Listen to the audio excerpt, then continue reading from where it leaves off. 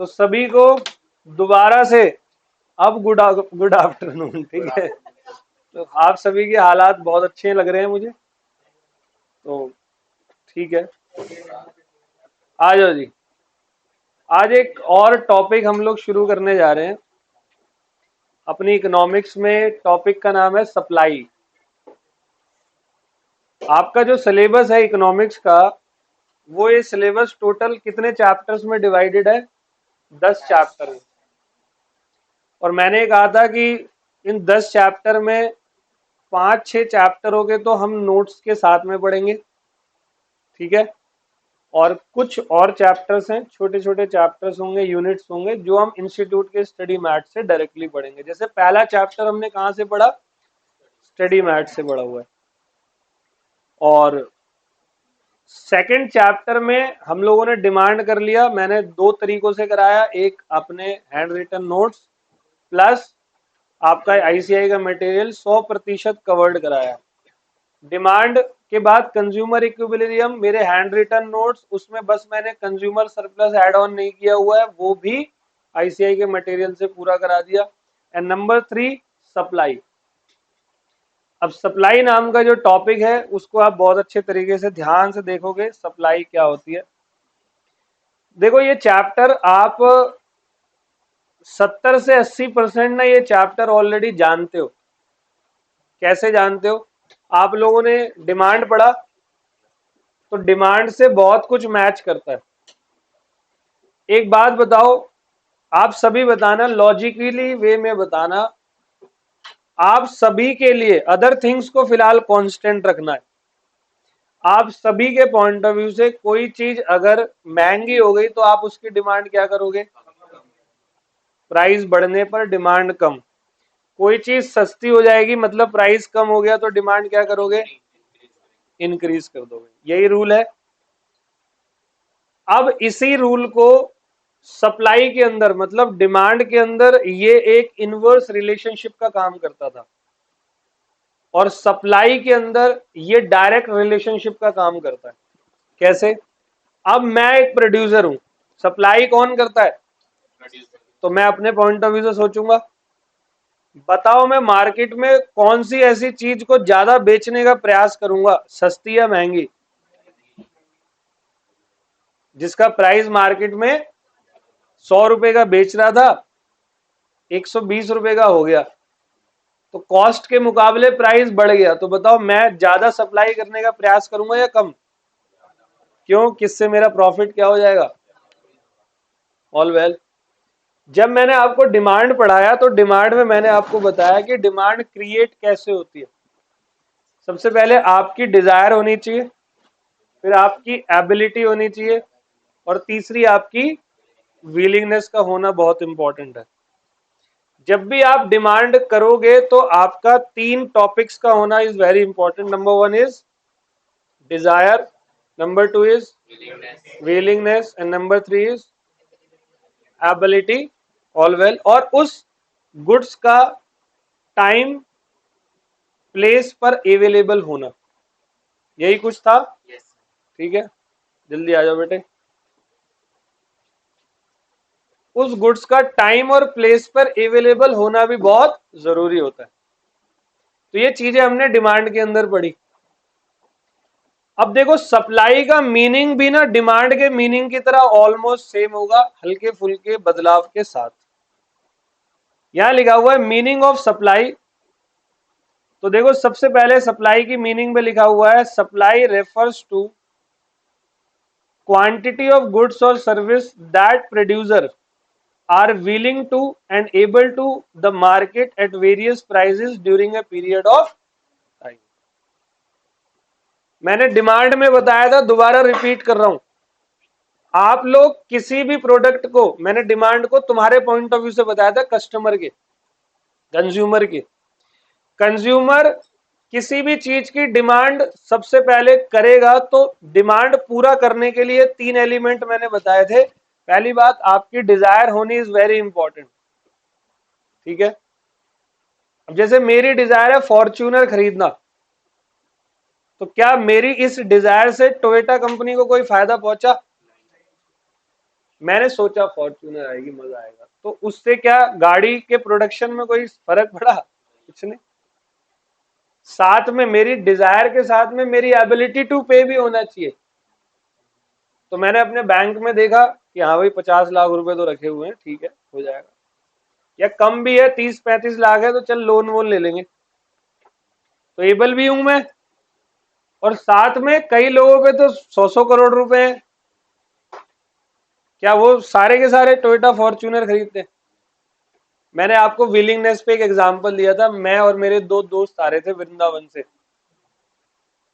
तो एक दोस्त को लेने, वो चार्टर्ड अकाउंटेंट था जो दोस्त है, था नहीं मतलब है, अभी भी जिंदा है वो, सुबह ही फोन पे बात हुई है, तो उसका मन कर गया आईफोन लेने का, तो हमने डायरेक्ट गाड़ी जो है वो जीआईपी मॉल में, सेक्टर 18 में, आप लोग गए होंगे, ग्रेट इंडिया पैलेस, वहां पर गाड़ी पार्किंग में लगाई, थर्ड फ्लोर पे रिलायंस डिजिटल था, सेकंड या थर्ड पे ही था शायद, वहां चले गए, हमने फोन वोन सब देख लिया, सब कुछ ओके, मतलब दोस्त की डिजायर हुई, चार्टर्ड अकाउंटेंट है वो, मतलब एबिलिटी टू पे का सवाल ही पैदा नहीं होता, बस मेरे दोस्त ने, और वो साला शुरुआत से ही ऐसा है, वो ऐसा कलर बोलता है कि उसको कभी मिलेगा ही नहीं, उसने अपनी जिंदगी में हर वो चीज ऐसी खरीदी है जो कहीं नहीं मिल सकती, और सारी बेकार और बकवास चीजें वही खरीदता है, तो उसने बोला मुझे इस कलर में चाहिए, अब वही जो मैडम बेच रही थी वो वहीं पर रुक गई, सर ये कलर तो अवेलेबल बाद में आएगा, उसने कहा चलो फिर अब नहीं खरीद रहे। बताओ डिमांड होते होते क्या हो गया, मतलब विलिंगनेस का होना भी बहुत, ये सब कुछ हमने कहाँ पढ़ा था, डिमांड में। अब सप्लाई में सप्लायर का विलिंगनेस होना जरूरी है या नहीं है? तो भाई मेरी विलिंगनेस है सप्लाई करने की, तो जेब में देखा कौड़ी भी नहीं थी, तो मेरे बच्चे, मेरी भी तो एबिलिटी होनी चाहिए सप्लाई करने की, ऑल वेल, मतलब सप्लायर का विलिंगनेस भी होना चाहिए, और अच्छा एक बात बताओ, सप्लाई फ्लो है या स्टॉक? सप्लाई मतलब रेगुलर, जैसे हवा, हवा फ्लो है या स्टॉक है? अभी रुक जाए 1 मिनट के लिए, स्टॉक बन जाए कहीं पर, तो हम सब यहीं स्टॉक बन जाएंगे है ना? तो note, supply is A flow and not a single isolated sale transaction. जैसे मान लो आज मैं आपको अपना मोबाइल फोन बेच रहा हूं, क्या मैं सप्लायर हूं? ये तो मैंने एक मतलब एक सिंगल सेल ट्रांजेक्शन करी, आई एम नॉट सप्लायर। हाँ मैं फोन ही बेचता हूं, दैट, तो फिर मेरा ये फ्लो है, समझ गए? तो सिंगल आइसोलेटेड ट्रांजेक्शन को आप सप्लाई नहीं बोलते, सप्लाई का मतलब है फ्लो में कॉन्टिन्यूअसली काम करो। अभी जाके चिप्स खा के आए हो, चिप्स वाले का देखना वो पैकेट जहां भी चिप्स रखता है वो खत्म होगा, देखना वो दोबारा भर देगा, ऑल वेल, फिर खत्म होगा फिर भर देगा उसको। यार सर खाने की बात मत करो, बहुत हो गया तुम्हारा, ठीक है चलो, it refers to what firms offer for sale and not necessarily to what the succeed in selling. बड़ी अच्छी लाइन लिखी हुई है। अच्छा, सप्लायर वो बंदा होता है जो सामान बेच देता है, या वो बंदा जो सामान बेचने के लिए माल आगे बेचता है? जरूरी थोड़ी जो माल बिकी जाए। तो सप्लाई मतलब मैं जो ऑफर फॉर सेल कर रहा हूं वो मेरी सप्लाई हो गई। सप्लाई का मतलब ये नहीं तो माल बिका तो ही सप्लाई, नहीं, मेरा इंटेंशन माल बेचना है, बट मैं तो सप्लाई शब्द की बात करूं, तो सप्लाई मीन्स मैंने जो आपको ऑफर किया है वो सप्लाई है। बिका नहीं बिका वो डिफरेंट थिंग है। जैसे वो चिप्स रखे होते हैं सारे, तो बिकते थोड़ी है उसी टाइम, बट वहां रखे हैं ना लेस कंपनी ने, तो वो ऑफर फॉर सेल तो कर रहे हैं ना, तो वो उनकी सप्लाई होगी, सही है? तो supply is different from stock. तो स्टॉक क्या होता है? Stock means total volume can be brought into market for sale at a short notice. 5 दिन के लिए सारा सामान रख दिया भाई, 5 दिन में, जैसे तुमने देखा है वो ट्रक पर वाटरमेलन बेचते हैं, देखा है ट्रक पर, ट्रैक्टर पर, वो गांव से आते हैं, खेतों से डायरेक्ट निकालते हैं और सीधा ट्रैक्टर पे डाल के स्टार्ट करके कहीं भी खड़े हो जाते हैं, पुलिस वाले को 1000-2000 दे दिए, वहां खड़े हो गए, और सबसे ज्यादा लोग उन्हीं से खरीदते हैं, क्योंकि वो जेन्युइन होते हैं, वो सीधा अपने खेतों से माल लाते हैं, कोई मिलावट नहीं होती, बहुत टेस्टी होता है उनका। बट वो ना थोड़े टाइम के लिए मिलेंगे आपको, वो कभी भी रेगुलर नहीं मिलेंगे। 10 दिन 15 दिन कहीं खड़े हो गए, बढ़िया 1-2 लाख 3 लाख की सेल करी, अपना चले जाते। वो स्टॉक है उनके, ट्रैक्टर में जितना माल है उतना ही बेच के वापस चले जाएंगे। उन्हें कोई कहीं और से सप्लाई नहीं करा, उनकी खुद का ही खेत है। सप्लाई क्या होती है? Quantity actually brought in the all well. समझ गए? ये तो बस मैंने एक इंट्रोडक्शन दिया, यहां से कोई क्वेश्चन पेपर में नहीं आता। अब जो बताऊंगा ये बहुत टाइम टेकिंग होने वाला है, अच्छे से समझना। डिमांड लगभग सबने पढ़ा हुआ है, जिन्होंने नहीं पढ़ा बेटे वो प्लीज, डिमांड के लेक्चर्स अपलोड हो रहे हैं रोज शाम को 5:30 बजे ऑटोमेटिकली। प्रीमियर पे डाल देता हूं मैं, यूट्यूब पे, तो ऑटोमेटिकली प्रीमियर चलता है और वो रिकॉर्ड होके वहीं अपडेट हो जाता है। तो आप सभी जिन्होंने नहीं लिया वो डिमांड की क्लासेस ले लेना। 6 लेक्चर है टोटल डिमांड के। 6 वो इसलिए हो गए क्योंकि मैंने क्लास में लिखवाया था, उसके बाद से लिखवाना बंद कर दिया क्योंकि समय आपके पास पुराने जैसा नहीं है अब, इसीलिए अब सिर्फ पीडीएफ पे ही चर्चा करेंगे। लेकिन ये भी अच्छा होता है, इससे हम 4-4 बार रिवाइज कर लेते हैं। ठीक है, अभी लॉ में करवाया ना रूल्स, 5 बार रिवाइज कराया शायद। ओके, तो कौन कौन से फैक्टर्स हैं जो सप्लाई को डिटरमाइन करते हैं? कौन कौन से फैक्टर्स हैं जो सप्लाई को अफेक्ट करते हैं? ठीक है, एक एक करके शुरुआत। मैंने आपको दोबारा से बता रहा हूं, मान लो मैं सप्लायर हूं, अच्छा मैं सर्विसेज सप्लाई कर रहा हूं या नहीं? हमारी फीस है 30,000 रुपए पर बच्चा, मान के चलो 30,000 पर बच्चा फीस है, और साल भर में फेस टू फेस की हम बात करें 400-500 बच्चे तो पढ़ा ही लेते हैं। ठीक है, अच्छा ये सब डिस्ट्रीब्यूट भी होता है पैसा, है ना, मेरे नहीं है जेब में। वो कहीं गणित करने लगे तो बड़ा कमा रहा है, सुबह सुबह तक किडनैप कर दो, ऐसा कुछ नहीं है। मतलब अगर 30,000 25,000 किसी बच्चे से लेते हैं तो टीचर की जेब में 3-4 हजार ही पहुंचते हैं, एक टीचर। तो 4 सब्जेक्ट हैं, 4 टीचर हैं, तो चारों सब्जेक्ट का पैसा, फिर मैनेजमेंट का पैसा, रेंट होता है, इलेक्ट्रिसिटी होती है, बहुत सारी चीजें हैं, बुक्स आप लोगों को दी जाती हैं, टेस्ट होते हैं, सारी चीजों का खर्चा उन्हीं 25,000 में चलता है। तो कुछ खास नहीं कमा रहे हम लोग। ठीक है, तो किडनैप मत करना।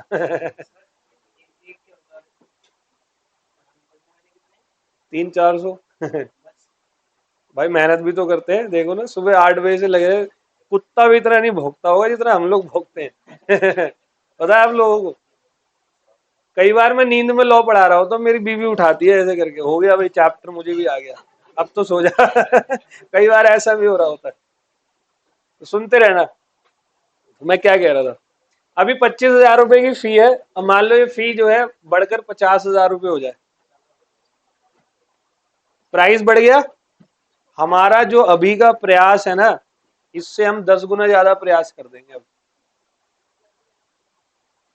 क्योंकि अब हमें पता है कि जितनी मेहनत पहले करे थोड़ा सा और एफर्ट बढ़ाओ और बच्चा आएगा। वैसे बच्चों की बहुत कृपा रहती है हमारे ऊपर, हमारे बैचेस हमेशा भरे रहते हैं। क्यों? क्योंकि एफर्ट्स हम लोग प्राइस के मुकाबले बहुत ज्यादा करते हैं। अगर हम इतना प्राइस लेंगे तो इतना एफर्ट मारते हैं, क्योंकि आप ही लोग तो रेफर करोगे, कोई बोर्ड वोर्ड नहीं लगाते कहीं हम बाहर रोडों पे, ये बच्चा ही बच्चे को रेफर कर देता है अपने आप। तो यही काम हर प्रोड्यूसर करता है। ये कोई भी सामान जो है, कभी आप देखना लोगों की दुकानों में भीड़ रहती है, कोई एड वैड नहीं करते वो, क्यों? उनका क्वालिटी बहुत अच्छा होता है। मैं फिलहाल क्वालिटी की बात नहीं कर रहा, मैं ये बात कर रहा हूं अगर प्राइस बढ़ेगा तो बताओ मैं सप्लाई क्या करने की कोशिश करूंगा, है ना? तो प्राइस के बढ़ने पर सप्लाई जो है वो बढ़ेगी, और प्राइस के कम होने पर सप्लाई कम हो जाएगी। अब मान लो यही फीस 10,000 हो जाए, हमारा भी मनोबल टूट जाएगा। 10,000 रुपये फीस है, काट पीट के हर बच्चा 1,000-1,200 रुपये मिलता है, 100 बच्चा भी पढ़ा लिया तो 1 लाख रुपए, 4 महीने तक 100 बच्चा घसीट रहे लाख रुपए में। एवरेज कर दो 25,000 रुपये महीना नहीं है भाई साहब, प्यून हमसे ज्यादा कमा रहे हैं, ऐसे निकालो तो। नहीं समझे? और इतना एफर्ट देने के बाद तो फिर हम क्या हो जाएंगे? डीमोटिवेट हो जाएंगे, सप्लाई कम हो जाएगी, और जैसी प्राइस बढ़ेगा सप्लाई बढ़ जाती है। इसलिए तो किसी की दुकान में थोड़ा वो प्राइस बढ़ाता है तो उसके एफर्ट और अच्छे हो जाते हैं उस टाइम पे, वो और ज्यादा प्लेट बढ़ाने की सोचता है, क्योंकि प्राइस बढ़ाया तो प्लेट ज्यादा बिकेगी, तभी तो प्रॉफिट होगा। पहला फैक्टर समझ में आ गया, प्राइस ऑफ द कमोडिटी। अब दूसरा फैक्टर है प्राइस ऑफ द, अच्छा एक बात बताओ, मैं चाय बेच रहा हूं, ये चाय को छोड़ो, मैं प्रैक्टिकल एग्जांपल लेता हूं। मैं जो है पहले इंटरमीडिएट का सीए इंटर का शुरू शुरू किया था, तो सीए फाउंडेशन का लॉ और सीए इंटर का लॉ पढ़ाता था शुरुआती साल में, और 11th-12th की इकोनॉमिक्स, क्योंकि इकोनॉमिक्स में पढ़ाता था तो ऑटोमेटिकली फाउंडेशन में इकोनॉमिक्स का भी आया, तो इकोनॉमिक्स तो मैंने इस वजह से पढ़ाया। फिर इंटरमीडिएट में लॉ सब्जेक्ट में पढ़ाता था। अब जब बच्चे आ रहे हैं लॉ सब्जेक्ट पढ़ाता, तो लॉ सब्जेक्ट की फीस बाकी सब्जेक्टों के मुकाबले कम होती है इंटर में। क्यों? क्योंकि छोटा सिलेबस है, दूसरे जैसे टैक्स का सिलेबस है, टैक्स के सिलेबस में इतने चैप्टर्स हैं, हालत खराब हो जाती है पढ़ने वालों की भी और पढ़ाने वालों की भी। लेकिन टैक्स की फीस भी वैसी है, फिर उस सब्जेक्ट की फीस भी वैसे ही है। जैसे लॉ की फीस मान लो 7,500 है, मान के चलते हैं ऐसी, तो वहीं बच्चे से हम टैक्सेशन में 13,000 रुपए वसूल करते हैं। और देखा जाए तो एफर्ट कितना कोई डिफरेंस नहीं है, 90% लॉ में है तो 100 टैक्स में। तो मैं पढ़ा रहा था, मैं मेहनत बड़ी करता था यार, बहुत मेहनत करता था क्लास में, बच्चा भी अच्छा मेरे पास होता था हमेशा, लेकिन इनकम उतनी नहीं होती थी के मुकाबले दूसरे टीचरों की ज्यादा होती थी उतने ही एफर्ट में। मैंने बैठा, मैं सोच रहा हूँ यार ये क्या बात है, तो देखा जो मेरे से रिलेटेड गुड्स है उसका प्राइस ज्यादा है, जैसे टैक्सेशन। ये बात मैं 10 साल पहले की कर रहा हूँ कि भाई रिलेटेड गुड्स का प्राइस तो ज्यादा है टैक्स। तो फिर मेरे दिमाग में आया कि भाई जब रिलेटेड गुड्स का ज्यादा है तो मैं पढ़ाऊंगा टैक्स। लेकिन मैंने कहा मैं लॉ छोड़ ही क्यों, क्योंकि मैं तो लॉ पढ़ा ही रहा हूँ, मुझे तो कोई मेहनत ही नहीं करनी है अब लॉ में, तो मैंने खूब मेहनत करके टीचर बना था। तो मैंने फिर डिसाइड किया मैं लॉ तो करूंगा ही करूंगा और साथ में टैक्स भी मारूंगा।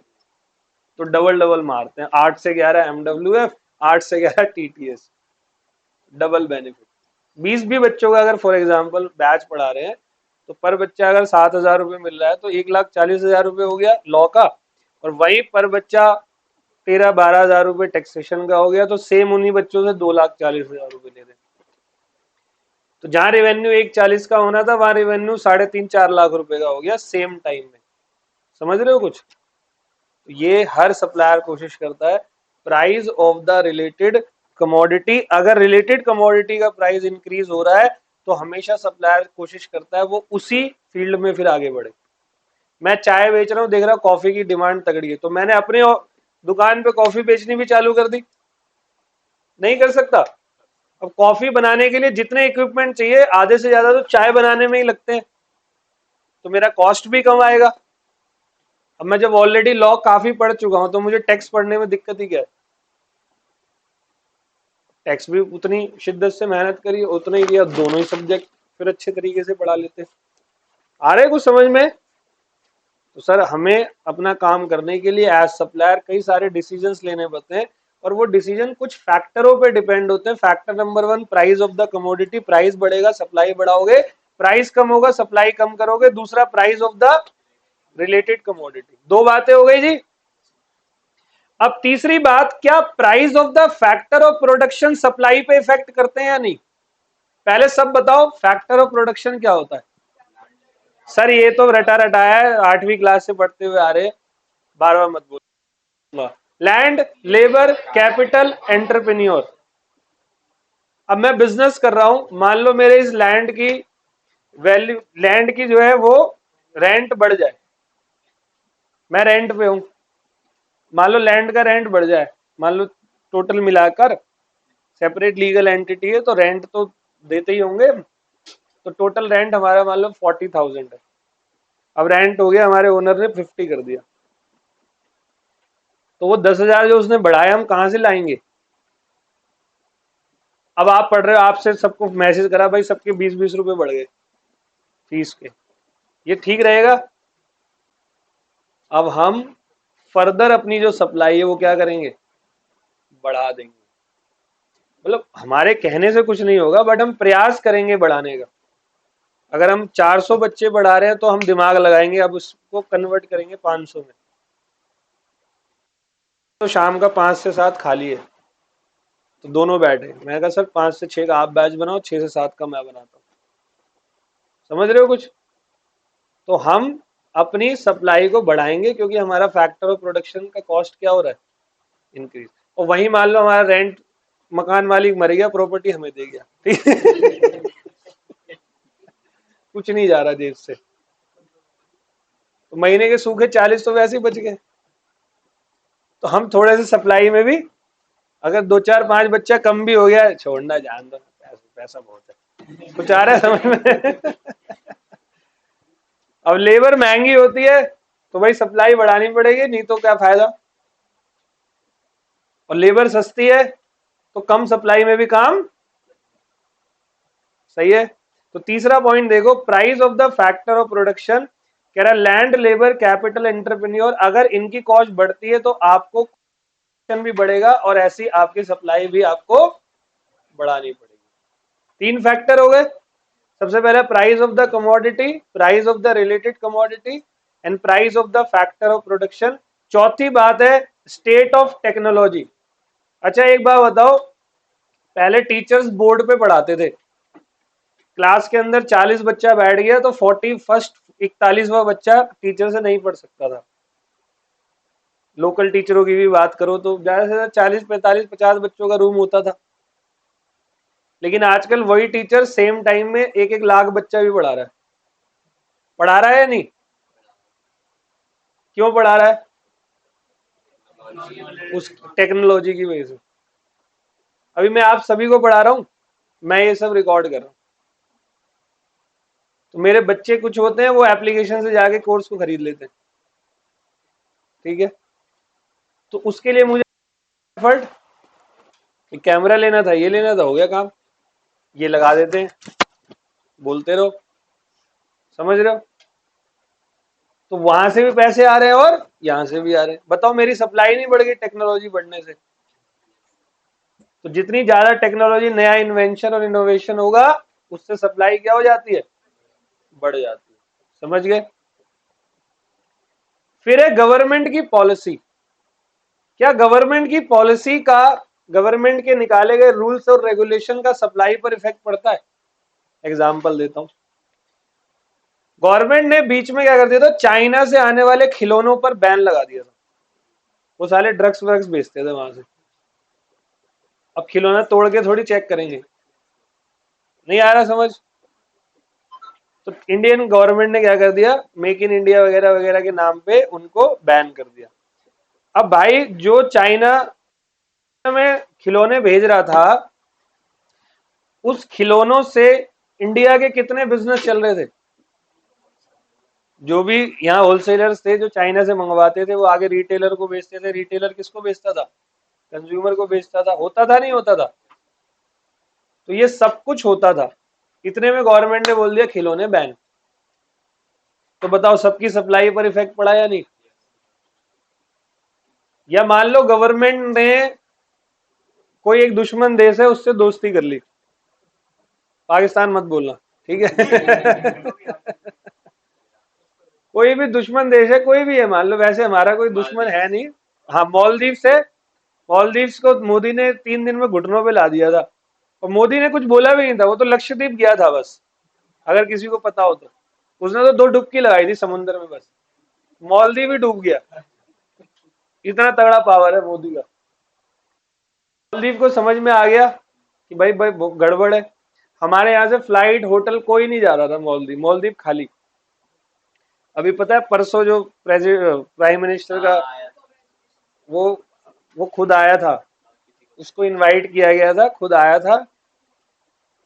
तो मतलब मालदीव चाहता है कि हमसे रिलेशन, अब जब रिलेशन अच्छे होंगे तो मालदीव से कोई सप्लाई हमारे यहाँ आ रही है या हमारा कोई बिजनेस वहां जा रहा है तो फर्क पड़ेगा या नहीं? तो गवर्नमेंट की पॉलिसी बहुत डिपेंड करती है आपकी सप्लाई में। मान लो सरकार ने बोल दिया पढ़ाना बंद आज से, कोई नहीं पढ़ेगा। अच्छा, हमारा बिजनेस सेफ है, गवर्नमेंट मना नहीं कर सकती। एक हमारा एक हेल्थ का डॉक्टर होगा, ये नहीं कर सकती। मान लो गवर्नमेंट ने मना कर दिया, और किया तो था कब, नोटबंदी में, ओ सॉरी ये कोविड में। वो आया था भाई और बहनों 8 बजे, आज कल से लॉकडाउन। आप बिलीव नहीं करोगे, वो टीचर जो सिर्फ फेस टू फेस पढ़ाते थे उनमें से मैं भी था। मेरा तो ये था बच्चे की आंख में आंख डाल के पढ़ाना है। भाई साहब 21 महीने तक किसी ने आंख नहीं दिखाई थी अपनी। खाली बैठा हुआ था घर पे। बैंक के जो भी थे सब चले गए थे पैसे, क्योंकि खाली जो बैठता है ना उसका डबल खर्चा होता है। इस उम्मीद में कि अब तो बस खुलने ही वाला है, अब तो खुलेगा, अब तो खुलेगा कर करके इतने महीने हो गए। मैं कहा यार, और वहीं पर ऐसे टीचर्स थे जो पढ़ाते थे, टीचर अच्छा पढ़ाते, बट ऐसी क्वालिटी नहीं थी, फिर भी वो यूट्यूब पे बहुत फेमस हो गए। अब यूट्यूब पे फेमस होना बहुत मुश्किल है, आपको कुछ एंटीक काम करना पड़ेगा, कंसिस्टेंसी लानी पड़ेगी। जैसे मैं भी पिछले 5 महीने से डेली वीडियोस डालता हूँ यूट्यूब पे। डेली मतलब हफ्ते में 4-5 वीडियोस मेरी अपलोड होती है, तब जाके व्यूज कुछ, मतलब एक दो वीडियोस ऐसी है जिसकी 14,000, 13,000, 4,000, किसी की 100 ऐसे पहुंची है। अभी कुछ जाके बच्चों ने भरोसा करना शुरू किया है। ये अभी नहीं चलेगा, अभी 2 साल 1.5 साल हो सकता है इतने और लगे, लेकिन उस टाइम पे तो किसी ने हंस भी दिया ना यूट्यूब पर, तो वो भी हिट हो गया। देख कितना अच्छा है, लाइक। और यहाँ भाई पूरा कंटेंट दे रहे हैं ना, पूरा का पूरा कंटेंट 100% सिलेबस के साथ, तो भी कोई देखने को राजी नहीं है। बच्चे की गलती नहीं है, क्योंकि कंटेंट ही इतना है कि बच्चा ही कंफ्यूज है, देखूं किसको, है ना। आ रहा है समझ में, गवर्नमेंट पॉलिसी तक ओके। तो मैं क्या कह रहा था, कौन कौन से फैक्टर सप्लाई को इफेक्ट करते हैं। एक तो price of the commodity, okay. दूसरा price of the related commodity, okay. तीसरा price of the factor of production, okay. चौथा स्टेट ऑफ टेक्नोलॉजी, पांचवा गवर्नमेंट, छठा है नेचुरल फैक्टर। अब मान ले सब प्रोडक्शन प्रोडक्शन करने की तैयारी में भूकंप आ गया, दर दर दर दर दर, तो क्या लेबर को बोलू काम कर, काम कर साले, जाएगा नहीं। वहां भी धरती हिल रही है, यहाँ काम करवा रहा हूँ उनसे। सुनामी आ गई है, कोई नेचुरल इवेंट हो गया, 4 दिन से बारिश ही नहीं रुक रही, इतना इतना पानी है, फर्स्ट फ्लोर तक आ गया, बेसमेंट में ऑफिस है, तो नीचे जाके काम करेगा बंदा वो लगा के, क्या होता है वो, मास्क लगा के, नहीं। तो ये नेचुरल फैक्टर है। देखो अभी गर्मी कितनी है बाहर है, भाई साहब पेप्सी वाले तो भगवान से कह रहे होंगे 2 साल और ऐसी गर्मी, 50 डिग्री तो 2 डिग्री और बढ़वा दो, 52 करवा दो, कर रहे होंगे या नहीं। अच्छा, इस टाइम पे जो ठंडे इलाके हैं वो बड़े खुश होंगे, क्योंकि दिल्ली विल्ली से सब ठंडे इलाकों में गए हुए घूमने के लिए, वहां का टूरिज्म बहुत है, कश्मीर मनाली उनूली का खूब है या नहीं। इस टाइम पे राजस्थान कोई नहीं जा रहा, राजस्थान में आप जाओगे खड़े खड़ी पक जाओगे, इतना गर्म है। तो वहां के टूरिज्म पे इफेक्ट पड़ा है या नहीं। ये सब नेचुरल फैक्टर ही तो है या नहीं।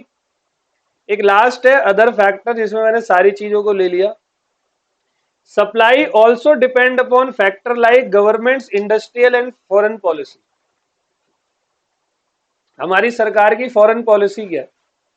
अब मान लो एस जयशंकर का चाइना के रक्षा मंत्री के साथ में लड़ाई हो गई। एस जयशंकर कौन है, फॉरेन मिनिस्टर। दोबारा से, अभी तिवारा से बना दिया दोबारा से कल। अरे वो खतरनाक आदमी भाई। अभी मान लो एस जयशंकर जो फॉरेन मिनिस्टर है, मिनिस्टर ऑफ एक्सटर्नल अफेयर्स, उसको चाइना वाले से कुछ बात हो रही थी, उसको गुस्सा आ गया, चाइनीज से कुछ उल्टा सीधा बोल दिया, इसने भी तेरी माँ की, ठीक है। अब भाई ये बात थोड़ा सा हायर लेवल पे चली गई। अब एस जयशंकर है, हमारे देश का है, तूने फालतू बोला तभी तो हमने गाली दी, मतलब तू गलत है, हम तो यही बोलेंगे, ठीक है। हम बिल्कुल माँ की तरह है, माँ ने कभी अपने बच्चों को गलत बोला है, बेशक कमरे में ले आके कूटा है अलग बात है, पब्लिक प्लेस में नहीं बोलती गलत। पब्लिक प्लेस में ना मेरा बच्चा सोना है, चाहे वो तांबा भी ना हो, ठीक है। अब एस जयशंकर और चीनी की लड़ाई हो गई, कुछ बात हो गई, स्टेटमेंट पे स्टेटमेंट आ रही है, चाइना से ट्वीट आ रहे हैं, यहां से ट्वीट जा रहे हैं। अब इस बीच में पूरा का पूरा व्यापार, पॉलिसी लाई गई भाई चाइना से कोई व्यापार नहीं करेगा। अबे तेरी माँ की चक्कर में ये जो 10 लाख बिजनेस वाले हैं उनके इफेक्ट कितना बड़ा होगा, सोच के देखो, है या नहीं? उनके ऊपर कितना इफेक्ट पड़ा। तो गाली सोच समझ के देनी है, ठीक है। अब आगे फर्म का गोल, कभी कभी फर्म्स के गोल होते हैं, देखो कुछ फर्म का गोल होता है बहुत पैसा कमाना, कुछ का गोल होता है रिस्पेक्ट कमाना। गलत तो नहीं कह रहा? कई कंपनियां ऐसी होती है जो बहुत कम प्रॉफिट में भी खुश रहती है, और कई ऐसी होती है जिनको मतलब कितना भी मिल जाए कम है। तो उनका गोल, उनका विजन, उनकी इंफ्रास्ट्रक्चर फैसिलिटी, उनका मार्केट स्ट्रक्चर भी डिपेंड करता है सप्लाई में। जैसे मैं आपको बताता हूँ, दिल्ली एनसीआर के इलाकों में आज से 25-30 साल पहले जो हॉकर्स थे ना, जो रेडी लगाते थे छोले चावल, राजमा चावल, उनको बड़ी समस्या होती थी, खाने वाले ही नहीं थे। आज वही बंदे डेली 1-1 लाख रुपए की सेल कर रहे हैं। उन्होंने क्या करा? इंतजार। उनको पता भी नहीं वो वेट कर रहे हैं, वो तो अपना रोटी पानी चला रहे हैं, अचानक से भीड़ आने लगी।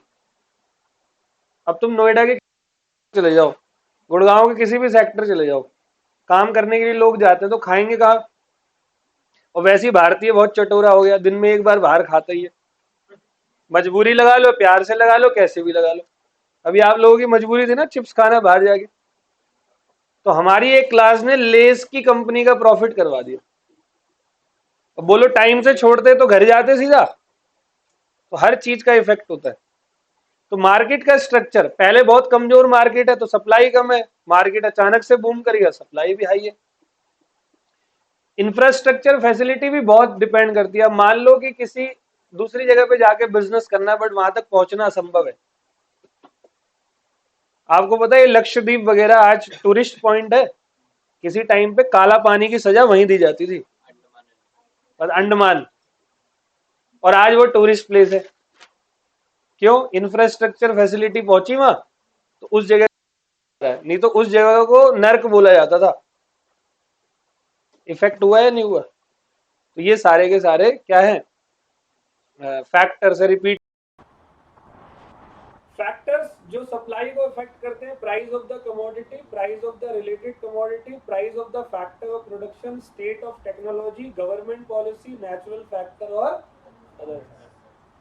समझ गया?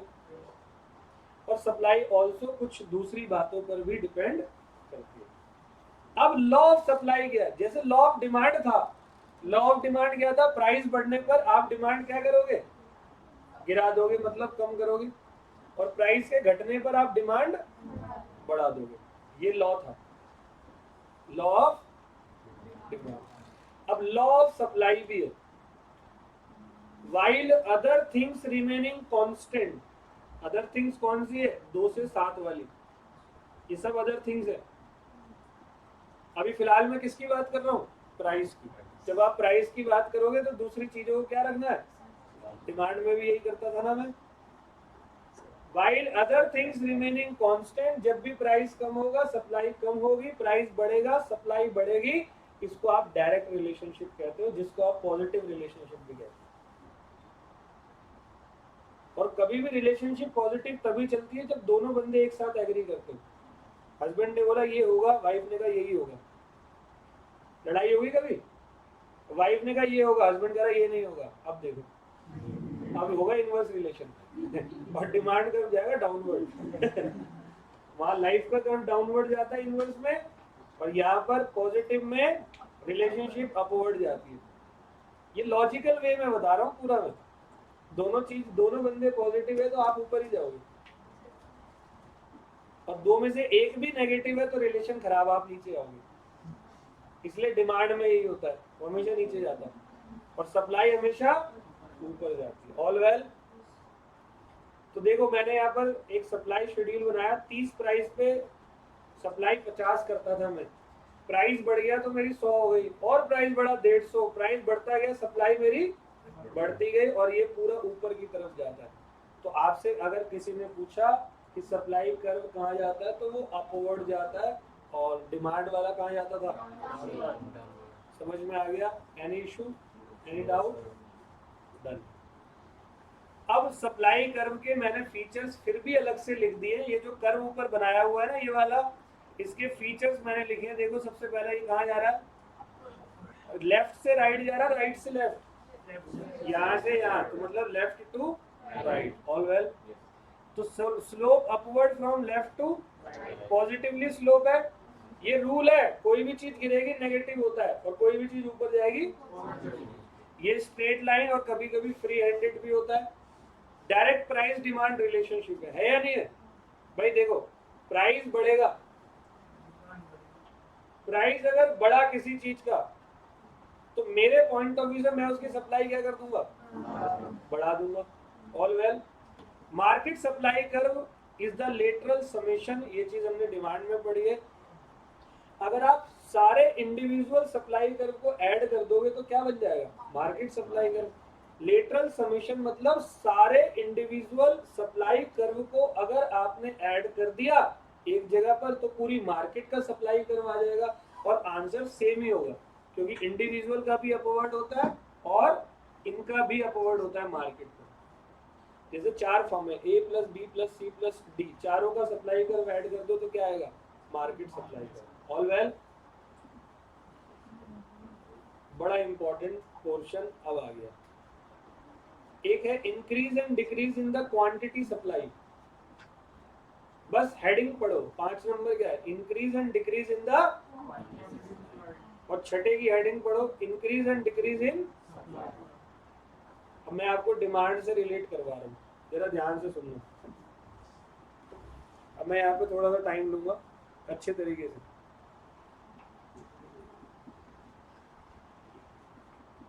आपको डिमांड याद है? ठीक है, डिमांड का रिवीजन भी हो जाएगा। डिमांड में मैंने आपको 2 पॉइंट पढ़ाए थे।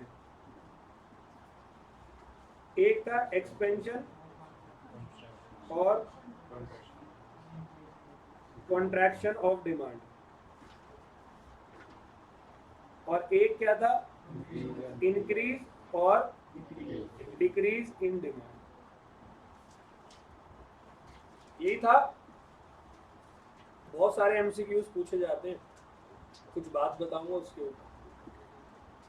एक्सपेंशन मतलब बढ़ना और कॉन्ट्रैक्शन मतलब कम होना, और इंक्रीज मतलब भी बढ़ना और डिक्रीज मतलब भी कम होना। तो सर दोनों को अलग क्यों लिखा है, आप पागल हो गए?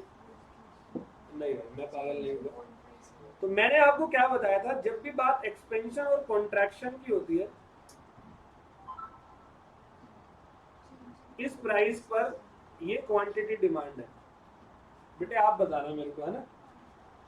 प्राइस अगर बढ़ेगा तो बताओ डिमांड क्या होगी, प्राइस अगर कम हुआ तो डिमांड, पक्की बात है, गलत तो नहीं है। और डिमांड करो हो गया, ओके। पहले इक्विलिब्रियम यहां था, फिर या तो यहां आ गया या तो, क्या कर्व में कोई शिफ्ट हुआ? कर्व में सिर्फ क्या हुआ, मूवमेंट हुई, या तो नीचे या तो इधर मूव हुआ तो डिमांड बढ़ गई, इसको क्या कहते हैं, और ऊपर हुआ तो इसको क्या कहते हैं, समझ गए? ये तो पढ़ा चुका हूं सर, दोबारा क्यों पढ़ा रहे हो, भी बताऊंगा। इसका मैंने एक शॉर्ट फॉर्म बताया था याद करने के लिए। जब भी अपना प्राइस अपने प्राइस में चेंज हो, अपने प्राइस में चेंज होने की वजह से अपनी डिमांड पर इफेक्ट पड़े तो एक्सपेंशन कॉन्ट्रैक्शन होगा, सही है? और जब मेरा प्राइस कांस्टेंट है किसी और, यानी कि अदर थिंग्स की वजह से, कोई अदर फैक्टर की वजह से कोई डिमांड में चेंज हो रहा है तो वहां पर शिफ्ट हो जाएगा। देखना कैसे, पहले डिमांड कर्व ऐसे था, प्राइस और क्वांटिटी, मेरा प्राइस कांस्टेंट है, मेरी डिमांड या तो बढ़ गई या तो डिमांड कर्व या तो राइटवर्ड शिफ्ट हो गया या तो राइटवर्ड में इंक्रीज और लेफ्टवर्ड में डिक्रीज। ये पढ़ाया था मैंने पहले, सबको याद है? तो इस बार मैंने सप्लाई में क्या लिखा है, अच्छा इसी पेज, मैंने सप्लाई में लिखा है सबसे पहले इंक्रीज और डिक्रीज इन क्वांटिटी सप्लाई। इस वर्ड पे याद रखना, फोकस करना है, इंक्रीज और डिक्रीज इन। अगर किसी क्वेश्चन में लिखा है increase and decrease in quantity supply तो वो एक्सपेंशन और मूवमेंट है। क्वांटिटी सप्लाई, देखो मैंने ब्रैकेट में क्या लिख दिया, खुद का प्राइस, यानी कि मेरा प्राइस बढ़ा तो मेरी सप्लाई क्या हो जाएगी, बढ़ जाएगी, और मेरा प्राइस कम हुआ तो सप्लाई, ठीक है। तो देखना, सप्लाई करो इस प्राइस पर, ये सप्लाई है, प्राइस बढ़ा तो सप्लाई, प्राइस कम हुआ तो सप्लाई। पहले कहाँ था, या तो ऊपर गया या तो, इसको बोलूंगा एक्सपेंशन और इसको बोलूंगा, या इसको ऐसे बोल सकता हूँ इंक्रीज इन क्वांटिटी सप्लाई। ये क्वांटिटी वर्ड ऐड हो जाएगा जब प्राइस की वजह से होता है, और अदर फैक्टर की वजह से होगा तो सिर्फ इंक्रीज इन क्या होगा, सप्लाई वर्ड होगा। आ गया समझ, आ गया है जी। तो देखना, सबसे पहले मैं increase and decrease in quantity supply की बात कर रहा हूं। अब अपनी देसी भाषा में, अगर मेरी सप्लाई पे इफेक्ट मेरे प्राइस की वजह से पड़ा तो वो इंक्रीज और डिक्रीज होगा इन क्वांटिटी सप्लाई, और अगर मेरी सप्लाई में इफेक्ट मेरे प्राइस की वजह से नहीं पड़ा तो वो इंक्रीज और डिक्रीज इन सप्लाई होगा अदर थिंग की वजह से। यहां से क्वांटिटी वर्ड मैंने, सबसे ज्यादा एमसीक्यू पूछे जाते हैं इसी क्वांटिटी पे। क्वांटिटी सप्लाई लिखा हो तो समझ लेना प्राइस की वजह से कह रहा है, और सिर्फ सप्लाई लिखा है तो समझ लेना, और क्वांटिटी डिमांड लिखा है तो समझ लेना एक्सपेंशन कॉन्ट्रैक्शन है, और सिर्फ डिमांड लिखा है तो अदर थिंग्स की वजह से। आ गया, इससे बेहतरीन एक्सप्लेनेशन नहीं मिलेगी आपको। अब इसको पढ़ते हैं, increase and decrease in the quantity supplied, bracket में मैंने लिखा है प्राइस, मीनिंग।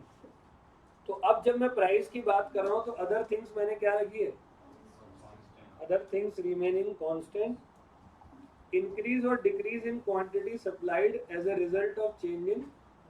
देखो मैंने ग्रीन वर्ड, ग्रीन पेन को चलाया यहाँ पे, जानबूझ के पेन चेंज कर दिया। प्राइस के चेंज होने से मेरी सप्लाई इंक्रीज और डिक्रीज हुई है, तो इसको मैं क्वांटिटी सप्लाई बोलूंगा। ऑल वेल, तो यहाँ मूवमेंट सप्लाई कर्व का क्या होगा, या तो ऊपर होगा या तो डाउनवर्ड या अपवर्ड, ठीक है। तो देखो ये अपवर्ड जा रहा है तो सप्लाई बढ़ गई, अब डाउनवर्ड गया तो सप्लाई कम हो गई होगी। बड़ी क्यों होगी, क्योंकि प्राइस बढ़ा होगा। कम क्यों होगी, क्योंकि प्राइस। तो देखो इफेक्ट मैंने बड़े प्यार से लिखा, अगर क्वांटिटी सप्लाई आपकी बढ़ रही है तो पक्का due to increase in price हो रहा होगा, तो आपका कौन सा मूवमेंट होगा, और अगर क्वांटिटी सप्लाई आपकी कम हो रही है तो वो डिक्रीज इन प्राइस हो रहा होगा, कौन सा मूवमेंट हो रहा होगा। आगे समझ, ठीक है भाई। अब दूसरा कहते हैं increase and decrease in supply, किस थिंग की वजह से, अदर थिंग्स की वजह से। तो मीनिंग कहता है increase and decrease in supply due to change in factor other than price, price के अलावा। डन। तो वाइल प्राइस रिमेनिंग, तो देखो मेरा प्राइस कांस्टेंट है, अब मैंने सप्लाई कर वैसे बनाया होगा, ये मेन था, ठीक है। ये मेरी सप्लाई जो है या तो बढ़ गई इस साइड में चली गई या तो इस साइड में चली गई, मेरा प्राइस क्या है, प्राइस को मैंने छेड़ा, तो या तो ये राइट वर्ड हुआ या तो, अगर ये राइट वर्ड हुआ तो क्यों हुआ, सप्लाई क्या हो गई, और सप्लाई बड़ी होगी किस वजह से, या तो रिलेटेड कमोडिटी का प्राइस कम हो गया होगा। मेरी आज सप्लाई बढ़ी, मैं चाय बेचता हूँ, चाय ज्यादा बिकने लगी, तो चाय का रिलेटेड कौन है, कॉफी, कॉफी का प्राइस क्या हो गया होगा, रीजन प्राइस इन। अच्छा मैंने उसका प्राइस अगर कम हुआ तो इंक्रीज इन सप्लाई मैं करूंगा ना, मेरा प्राइस क्या है, मेरा ज्यादा है, बेवकूफ, उसका कम है तो मेरा क्या हो गया होगा। और सप्लाई का रूल क्या है, जितना प्राइस उतनी सप्लाई ज्यादा। ऑल वेल, ये मेरे क्या थे इसके इफेक्ट, मैंने इसको एक जगह और कर दिया। अब मूवमेंट और शिफ्ट में दोनों में मैंने कुछ कॉमन बातें बताई हैं, सुनो। मूवमेंट में सप्लाई कर्व सेम रहती है, क्या कहीं शिफ्ट होता है, शिफ्ट होता है सप्लाई कर्व में। मूवमेंट हमेशा किसकी वजह से होती है, और यहाँ पर change in factor other than price. और मूवमेंट में इंक्रीज और डिक्रीज क्वांटिटी सप्लाई है। देखो मैंने बादल बना दिए यहाँ पर, जानबूझ के लिखा हुआ है, एक बार भी मिस मत कर देना इसको। क्वांटिटी सप्लाई, और यहाँ पर क्या है, ओनली सिर्फ सप्लाई। सप्लाई जब भी सिंगल आए बिना क्वांटिटी के तो समझ लेना वो इंक्रीज डिक्रीज यानी अदर थिंग की वजह से बोल रहा है, और क्वांटिटी सप्लाई आ जाए तो समझ लेना वो प्राइस की वजह से बोल रहा है, वो भी अपने प्राइस की वजह से। कोई डाउट है तो पूछो वरना आगे बढ़ेंगे। यानी पी लो थोड़ा सा।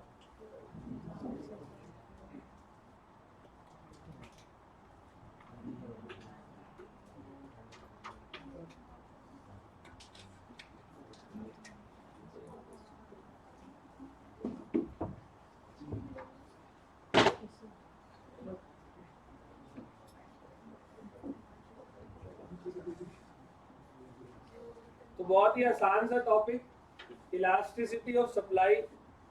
मतलब जितना नंबर ऑफ आवर्स मुझे डिमांड में लगे थे उसका 10% टाइम यहाँ लगाऊंगा, क्योंकि बहुत पूरा सब कुछ डिटेल कहाँ बता दिया, डिमांड के अंदर। तो टॉपिक है मेरा इलास्टिसिटी ऑफ सप्लाई। देखो इलास्टिसिटी वर्ड का मतलब मैंने क्या बताया, देखो मैंने माना कि प्राइस के बढ़ने पर सप्लाई बढ़ेगी, लेकिन कितनी, ये क्वेश्चन है। जैसे हमने डिमांड में बात की थी कि मैंने माना कि प्राइस के बढ़ने पर डिमांड कम होगी, लेकिन कितने परसेंट। ऐसा हो सकता है ना, प्राइस बढ़ा 50% से और डिमांड कम तो हुई लेकिन सिर्फ 10% से, या डिमांड कम हुई 50 से, तो दोनों बराबर हो गए। या डिमांड कम हुई 70 से, मतलब प्राइस बढ़ा 50% और डिमांड कम होगी 70%, ग्रेटर देन 1। प्राइस बढ़ा 50%, डिमांड कम हुई 50, इक्वल टू 1। प्राइस बढ़ा 50%, डिमांड कम हुई 30, लेस देन 1। प्राइस बढ़ा 50%, डिमांड को कोई फर्क ही नहीं पड़ रहा। जैसे छोटे बच्चे होते हैं, कुछ भी बोल लो उन्हें कोई फर्क नहीं पड़ता, और उन्हीं बच्चों को थोड़ा ज्यादा बोल लो, वो साले इतना रोएंगे कि चुप नहीं होंगे, ज्यादा ही फर्क पड़ जाता है फिर, मतलब इनफाइनाइट। ऑल वेल, 5 बातें बताई थी वहां पे, 5 बातें सप्लाई में भी पढ़ेंगे। तो इलास्टिसिटी ऑफ सप्लाई का मतलब क्या होता है, it is the responsiveness of quantity supply. जब भी बात क्वांटिटी की आई तो मैं किसकी बात कर रहा हूँ, ड्यू टू चेंज इन, मतलब मेरी सप्लाई पे असर मेरे प्राइस की वजह से पड़ा है। अदर थिंग्स यानी कि बाकी चीजें क्या है, केट्रिस पेरिबस। केट्रिस पेरिबस सबको पता है, दोबारा सुन लो। Ceteris paribus means other things remaining constant, when price of the goods increase its quantity supply increase, price of the goods decrease quantity supply decrease। ये था लॉ ऑफ सप्लाई। अब कितने परसेंट रिस्पॉन्स दिया सप्लाई ने price के change होने से, उसको मैं बोलूंगा इलास्टिसिटी। डन है। तो इलास्टिसिटी ऑफ सप्लाई का ये फॉर्मूला तो आप लोग जानते ही हो, डिमांड का बिल्कुल फिक्स फॉर्मूला है।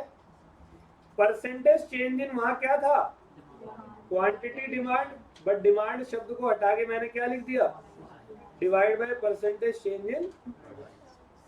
अब इनको तोड़ तोड़ के फॉर्मूला यहां तक बन जाता है।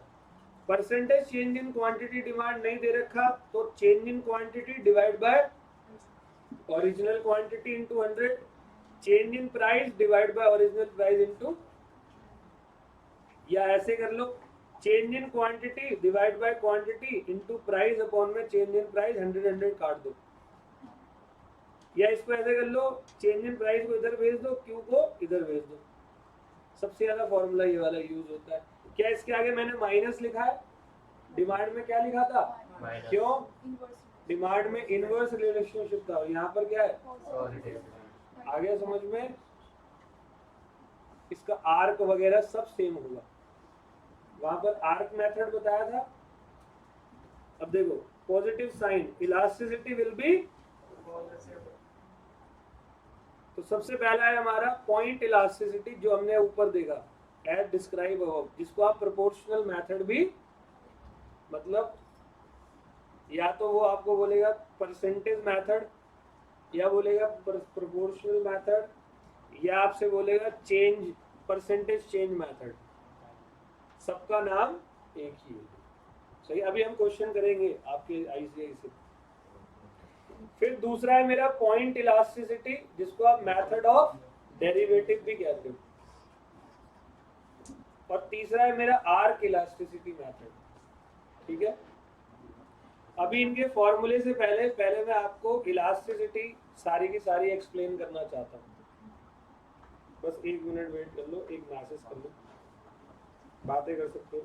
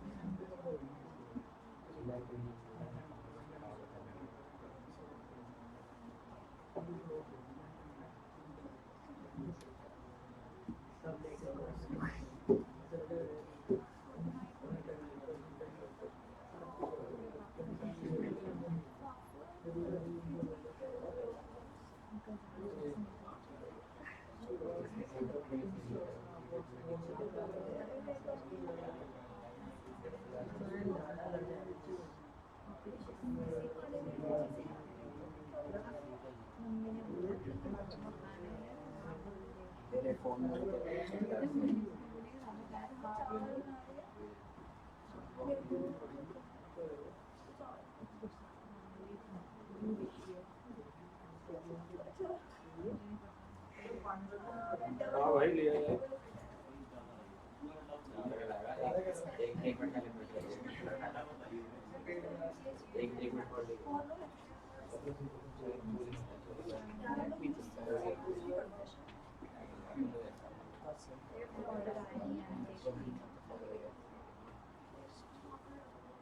चलो जी, आ जाओ। तो इलास्टिसिटी ऑफ सप्लाई, किसी ने डिमांड बढ़ाया, बेटा आपको थोड़ा सा डिमांड की नॉलेज थी पहले?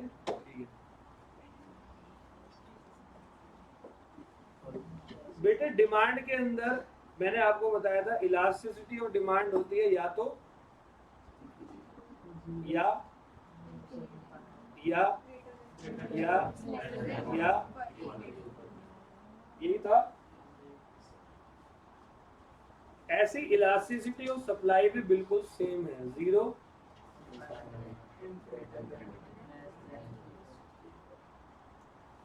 फिर भी मुझे पता आप सभी जानते हो, बट फिर भी मैं एक बार एक्सप्लेन जरूर करूंगा। Elasticity of supply equal to का मतलब ये है कि जितना प्राइस बढ़ा, सप्लाई बढ़ी उतने ही मात्रा में। जैसे प्राइस बढ़ा मान लो 50% से, सप्लाई भी मेरी कितनी बढ़ गई? ठीक है,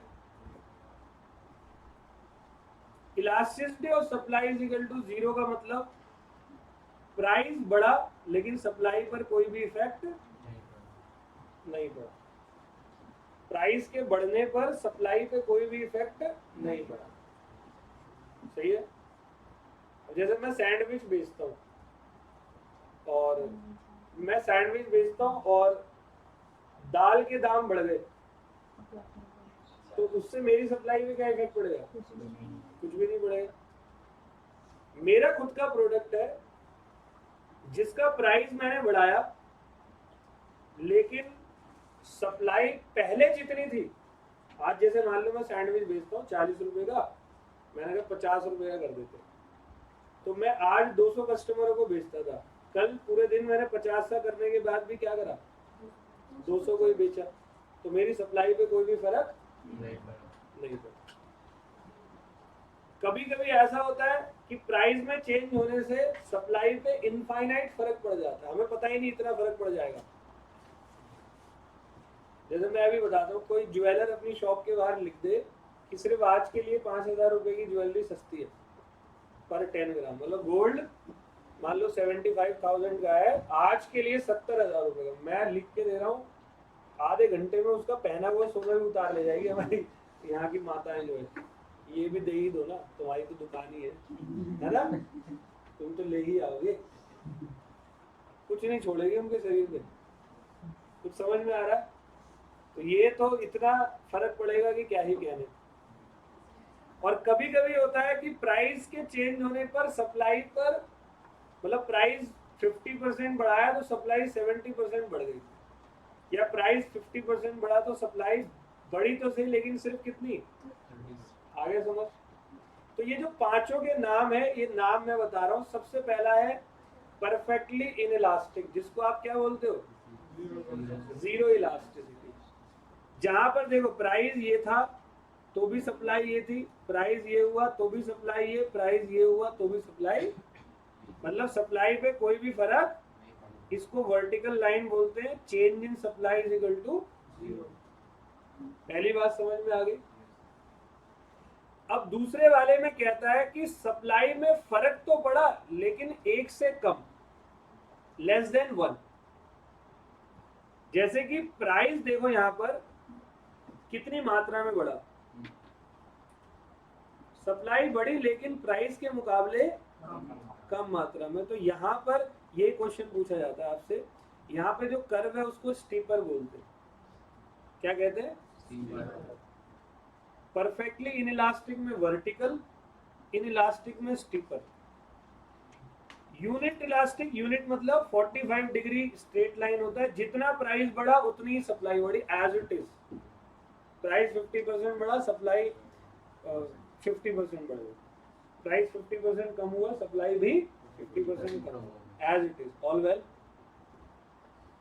फिर ये कहता है इलास्टिक और मोर इलास्टिक, मतलब प्राइस थोड़ा सा बढ़ा और डिमांड देखो कितनी सारी बढ़ गई, यानी ग्रेटर देन वन। तो यहाँ पर कर्व जो होता है वो फ्लैटर होता है, इसको स्टीपर कहते हैं, इसको फ्लैटर कहते हैं। और ये 45 डिग्री, डन। ये वर्टिकल और ये लास्ट वाला हॉरिजॉन्टल होगा, जिसको आप कहते हो परफेक्टली, देखो यहां से हॉरिजॉन्टल, ऑल वेल। हॉरिजॉन्टल में क्या हुआ, प्राइस को में कोई बदलाव ही नहीं आया, सप्लाई अचानक से बढ़ गई। और कभी रेलवे स्टेशनों पे बहुत होता है, कोई ट्रेन आ गई जी, मान लो एक ट्रेन दिन में 3 ट्रेन आती है, वो कोई नई दिल्ली रेलवे स्टेशन पे आनंद विहार का रूट डाइवर्ट कर दिया 5 दिन के लिए, सारी ट्रेन आ गई नई दिल्ली, तो सारे पैसेंजर उतरेंगे, कुछ खाएंगे पिएंगे, अचानक से भीड़ लगी हुई दुकान में, धड़ धड़ धड़ धड़ धड़, प्राइस में कोई भी इफेक्ट लेकिन सप्लाई मेरी, कुछ आ रहा है समझ। तो ये हमारे 5 पॉइंट, ठीक है। अब मैं जा रहा हूँ, बस एक फटाफट से इसका आपको मैं फॉर्मूला बता दूं। मेथड ऑफ डेरिवेटिव का फॉर्मूला होता है derivative of supply divide bye derivative of price into P upon में क्यू। और आर्क इलास्टिसिटी का हम लोगों ने उसमें भी पढ़ा है, डिमांड में पढ़ा हुआ है सबने, लेकिन फिर भी बता दूं, Q1 minus Q2, Q1 plus Q2, P1 plus Q2, P1 minus Q2। Formula याद रखना है, क्वेश्चंस पे आ रहा हूँ, ठीक है। 1-2 पॉइंट और है, आपकी बुक पे चलते हैं। कैसा लगा बेटे, पहले रिवाइज करेंगे ना, भूल गया था। डिमांड से बहुत, क्यों डिमांड अच्छा नहीं था, डिमांड में हम लिख भी रहे थे ना, और बहुत बड़ा था। और ये अच्छा इसलिए लग रहा है क्योंकि डिमांड आपको अच्छे से आता है। मेरे कान ऐसे हो गए जैसे वो नहीं, टू आवाज आती है। छुट्टी कर दो ना सर, आपकी तबीयत खराब हो रही है, पता नहीं। अच्छा सप्लाई देखते हैं। सप्लाई का मतलब refers to quantity of goods और सर्विस।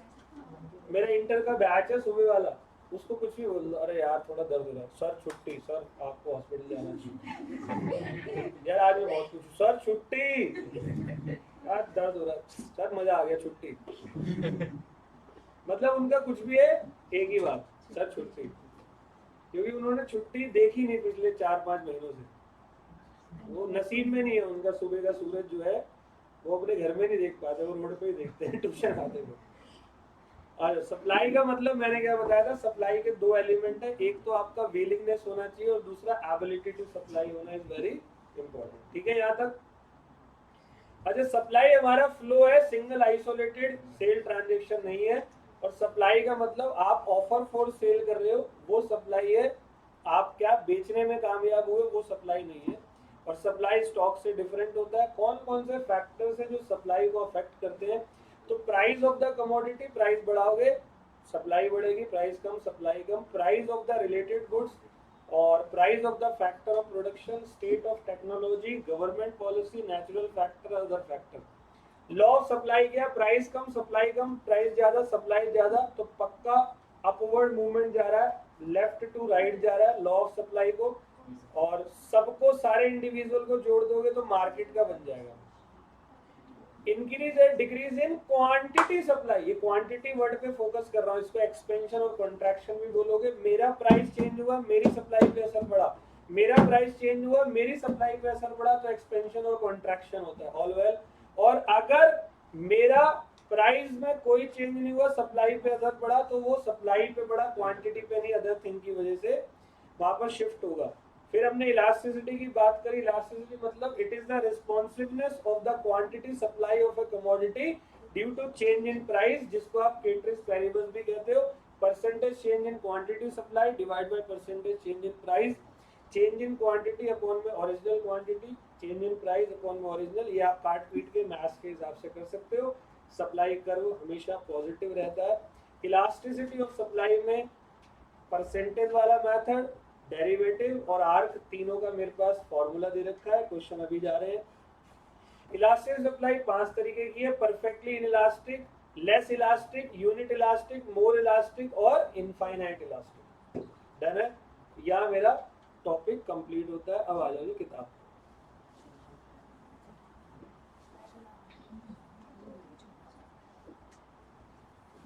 मैंने आपको डिमांड के आईसीआई के क्वेश्चन करने को बोले थे, कर लिए सारे हो गए, बस यही चाहिए मार्केट में। देखो ये तो पहली लाइन वही बताई, supply refers to what a firm offer for sale, not, ठीक है। Supply require both willingness and supply is a, क्या नोट्स में तीनों चीजें थी। डिटर्मिनेंट सप्लाई के क्या है, price of the goods, price बढ़ेगा सप्लाई बढ़ेगी, अदर थिंग्स को क्या रखना है, इसको आप क्या कहते हो, केट्रेस। दिख रहा है सबको, अब दिख रहा है। Prices of the related goods, ठीक है। तो भाई आपके रिलेटेड गुड्स के प्राइसेस अगर बढ़ रहे हैं तो आप अपने रिसोर्सेज को वहीं शिफ्ट करने की कोशिश करोगे। मैं लॉ से टैक्सेशन पे गया ना, लॉ भी प्लस लॉ के कई रिसोर्सेज मैंने टैक्स में यूज करे। अच्छा असल में देखो ना, दोनों चीज लॉ ही है। एक तो लॉ है कॉर्पोरेट लॉ और एक इनकम टैक्स लॉ, दोनों चीजें लॉ है।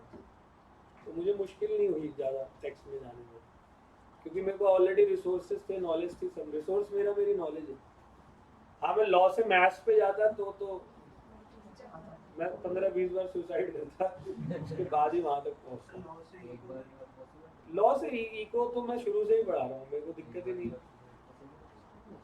मैं आप लोगों के बैच को अगर जोड़ता हूँ, पिछले अभी मैं 2-1.5 साल पहले तक ही जोड़ रहा था, उसके बाद जोड़ना ही बंद कर दिया। आप लोगों का 60वां बैच है करीब। ये तो वो है जो याद है, 60 बैच तो तुम्हारे ऐसे निकल चुके हैं सेम टॉपिक को पढ़ाते हुए, है ना। तो अब क्या टेंशन है, कोई नहीं। लेकिन अभी मैं कोई नया मैथ्स उठा लूँ तो वो तो फिर मेरा, शायद कोई बच्चे ही आके बोल दे सर a+b का whole square is equal to ये होता है, आप भी ना। सॉरी आपको तो कुछ आता ही नहीं। मेरे को सच में मेरे एक बच्चा बेइज्जती मार के गया था एक बार, वो भी कुछ 4th क्लास का था, वो इंग्लिश में गाली दे गया था मेरे पास। आप टीचर लगते नहीं हो, गलत पढ़ाते हो। तो मैंने कहा भाई मैं तो आया नहीं पढ़ाने तुझे, मैं तो कुछ और काम से गया था। उसने सुना कि मैं टीचर हूँ, उसने मुझसे ये पूछ लिया, मैं अटक गया। a+b का होल बड़ी बेइज्जती मारी। अकाउंट सर पढ़ाते हैं ना, तो दोनों एक जगह कैसे कर लेते। ठीक है। तो सच में बच्चे ने मेरे को बड़ा उसने खिलखिला के बेइज्जती मारा। मैं थोड़ा आगे चला गया, अंकल मैथ्स नहीं आती ना आपको, मैं निकल के मर। उसने सबको बता दिया, बड़ी बेइज्जती हुई मेरी तो। आ जाओ, prices of factor of production, तो ये भी बहुत डिपेंड करता है। फैक्टर ऑफ प्रोडक्शन अगर महंगा है तो हमारा सप्लाई बढ़ाना पड़ेगा। State of technology, government policy, nature of competition and size in the industry, industry का साइज भी बहुत डिपेंड करता है। जैसे अब टीचिंग प्रोफेशन में कंपटीशन बहुत तगड़ा है, पहले नहीं था। पहले तो आपको पढ़ाना आता हो, बस आप किसी गली के कोने वाली लाइन में छोटी सी प्लेस ले लो और बस चालू हो जाओ। भाई साहब 1 महीने 2 महीने में बैच फुल हो जाता है। हमने खूब पढ़ाया, तुम्हें मैं गिनवाऊं, अभी हम 11-12 पढ़ाते थे, मैं इकोनॉमिक्स, शाम को 4 बजे बैच चालू होता था, 9 बजे तक ऐसी भीड़ रहती थी। कभी किसी बच्चे का ना फोन नंबर लिया, पैसे जितने आ रहे नहीं आ रहे पता नहीं, क्योंकि फीस ही इतनी आ जाती थी। 2-4 बच्चे फ्री में भी निकल लेते थे, मुझे पता है, कोई फर्क नहीं पड़ता था। 4 से लेकर रात 8-9 बजे के बाद भी एक और बैच बना देते थे, 10-10 बजे तक पढ़ा रहे हैं, क्योंकि एरिया में सबको पता है किसी ये टीचर है। फिर उसके बाद क्या होने लगा, धीरे धीरे डिजिटलाइजेशन आने लगा। अब डिजिटलाइजेशन में कंपटीशन बहुत बढ़ गया, अब कई लोग उसी चीज को फ्री ऑफ कॉस्ट भी पढ़ लेते हैं, है ना। होना चाहिए, कंज्यूमर के लिए हमेशा बेनिफिशियल काम होना चाहिए, बट वो भटकना नहीं चाहिए कंज्यूमर। अब अगला है एक्सपेक्टेशन। अच्छा, कभी कभी फ्यूचर एक्सपेक्टेशन भी होती है। Choices of firms in respect of selling the product now और later depend on expectation of future, ये सब हमने डिमांड में पढ़ा था। अदर फैक्टर भी मैंने आपको बता दिए, हमारी इंफ्रास्ट्रक्चर फैसिलिटी, हमारे नेचुरल फैक्टर जैसे वेदर कैसा है, फ्लड्स है, अर्थक्वेक, या मैन मेड फैक्टर जैसे वॉर, लेबर स्ट्राइक। अब रशिया यूक्रेन में वॉर चल रहा है, अब उसके चक्कर में रशिया और यूक्रेन की जितनी यूनिवर्सिटीज थी जो डॉक्टर पढ़ाती थी, डॉक्टरी का कोर्स, सबसे ज्यादा इंडिया, पाकिस्तान और इन कंट्री से जाते थे, सब ठप पड़ी हुई है। वहाँ पत्ते खेलते होंगे बैठ के। अब कोई जाएगा वॉर में डॉक्टरी पढ़ने? कहाँ जा रहा है? रशिया की वॉर, सॉरी डॉक्टर बनने। तो चला एयरपोर्ट उतरा, मिसाइल धूम बंद कर मर गया, बन गया डॉक्टर, खुद ही का कर रहा है इलाज, ऑपरेट कर रहा है अपने आप को। गलत तो नहीं कह रहा। अब तुम भाई किसी वॉर कंट्री में थोड़ी जाओगे, इतना शौक थोड़ी है तुम्हें AK-47 अपने सीने पे खाने का। जिंदगी में कुछ बनना है, इतनी जल्दी ना मत बनना, बस चल शहीद बन गए, ठीक है, शहीद मत बनो। चलो, लॉ ऑफ सप्लाई क्या है? अरे बहुत सिंपल है, देखो प्राइस बढ़ रहा है, सप्लाई बढ़ रही है, तो कर मेरा कहाँ जाएगा? ये देखो कर मैंने ऊपर ले लिया, ठीक है जी। मूवमेंट बता दिया। देखो इंक्रीज और डिक्रीज कहाँ हो रहा है? क्वांटिटी किसकी वजह से हो रहा होगा? ठीक है, देखो यहाँ सिर्फ ऊपर और नीचे गया, और सप्लाई में बढ़ रहा है पक्का, या अदर थिंग्स की वजह से हुआ होगा। और अदर थिंग्स यहाँ पर क्या है? देखो यहाँ शिफ्ट हो रहा है, या तो राइटवर्ड या तो, ठीक है। इलास्टिसिटी मैंने पूरा फॉर्मूला बता दिया। चलो जरा एक क्वेश्चन करो, ये वाला एक क्वेश्चन करो फटाफट, जल्दी से, थकना नहीं है, थकना नहीं है। क्वेश्चन नंबर 1 करो फटाफट।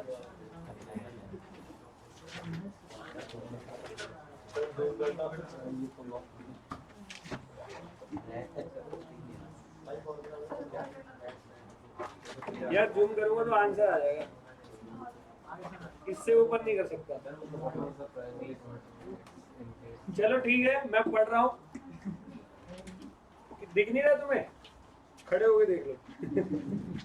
मैं बोल रहा हूँ, ठीक है। Price of the commodity x increase from 2000 से 2100 यूनिट, और क्वांटिटी सप्लाई 2500 से 3000 बढ़ रही है। बताओ चेंज इन प्राइस क्या हुआ? 100। चेंज इन क्वांटिटी, फॉर्मूला क्या है? चेंज इन क्वांटिटी अपॉन में change in price multiply price upon में, तो चेंज इन क्वांटिटी हुई 500, change in price 100, original price क्या था? 2000, और क्वांटिटी क्या थी? तो आपका आंसर आ जाएगा यहाँ पर 5 आ गया, 4 आ गया शायद, ग्रेटर देन 1। ये देखो इलास्टिसिटी ऑफ सप्लाई क्या आई? तो ग्रेटर देन 1 को क्या बोलते हैं? ग्रेटर देन 1 ही कहते हैं सर। ठीक है। अब इलास्टिसिटी ऑफ सप्लाई के टाइप्स कौन कौन से होते हैं? तो एक तो होता है परफेक्टली इनइलास्टिक, जिसमें सप्लाई पर कोई भी असर, तो उसमें सप्लाई कर्व कैसा होता है? वर्टिकल। एक होता है relatively less elastic supply, less मतलब कम हो रहा है, यहाँ पर स्टीपर हो गया, ठीक है। ग्रेटर, ग्रेटर में फ्लैटर हो रहा है, इनके नाम है, ये क्या है? फ्लैटर, ये क्या है?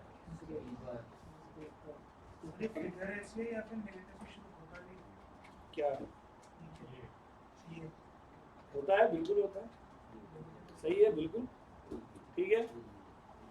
और लास्ट क्या है? यूनिट, यूनिट में फ्लैट रहेगा, परफेक्टली में हॉरिजॉन्टल रहेगा। ऑल वेल है, ठीक है। बहुत अंदर इतना डिटेल में आपको पढ़ना भी नहीं है, क्यों? क्योंकि एमसीक्यू बेस्ड है। अगर लॉ में कभी नहीं बोला होगा मैंने, लॉ में पूरा पढ़ना होता है।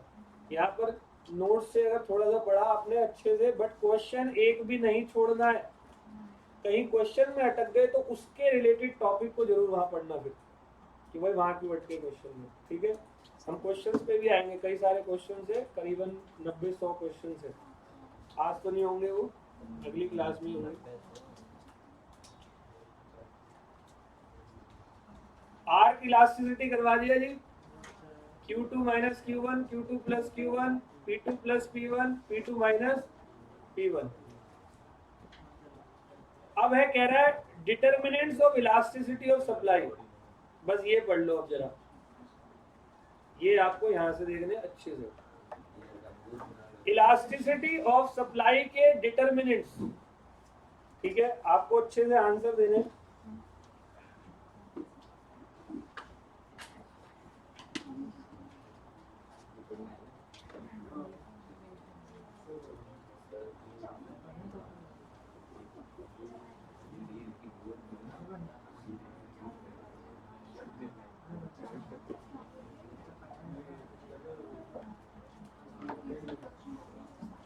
आंसर देना आप लोग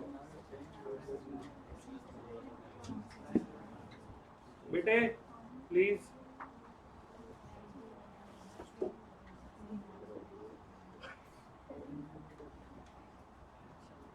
नोट मत करना, आंसर देना। इसका पीडीएफ में शेयर कर दूंगा, ठीक है।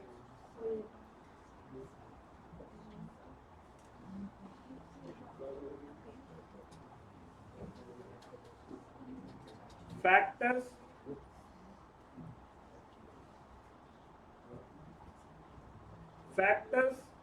Affecting elasticity of supply.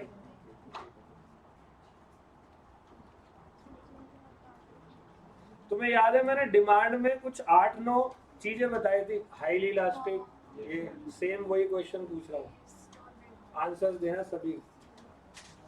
सबसे पहले नंबर 1, चेंज इन कॉस्ट। आपकी जो कॉस्ट है वो चेंज हो गई, मतलब अब मैं सप्लायर हूं तो मेरी कौन सी कॉस्ट चेंज हुई होगी? यानी कि एफओपी कॉस्ट, ठीक है। क्वेश्चन क्या है?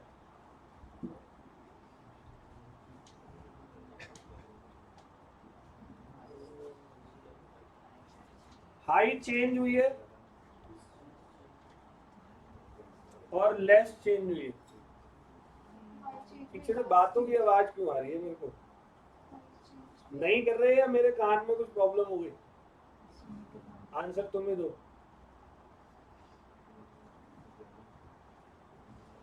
तुम दोनों को क्यों बोलना पड़ता है? पहले तो तुम दोनों खड़े हो जाओ जरा एक सेकंड के लिए, पहले मेरे को पूरा आंसर चाहिए, बाद में पढ़ाएंगे। बोलो भाई, क्यों बोलना पड़ता है? अच्छा, मैं इंसल्ट नहीं कर रहा हूँ, ऐसा मेरा कोई इंटेंशन नहीं है, just asking, I am not blasting. ये बताओ, मैं तुम दोनों को क्यों बोल रहा हूँ हर क्लास में? और कोई मुझे क्यों नहीं मिल रहा है यहाँ से जिसको मैं इतने सारे बैठे हुए? कोई ऐसी कोई खास बात है जो बाहर नहीं हो सकती, वो सिर्फ यही हो सकती है?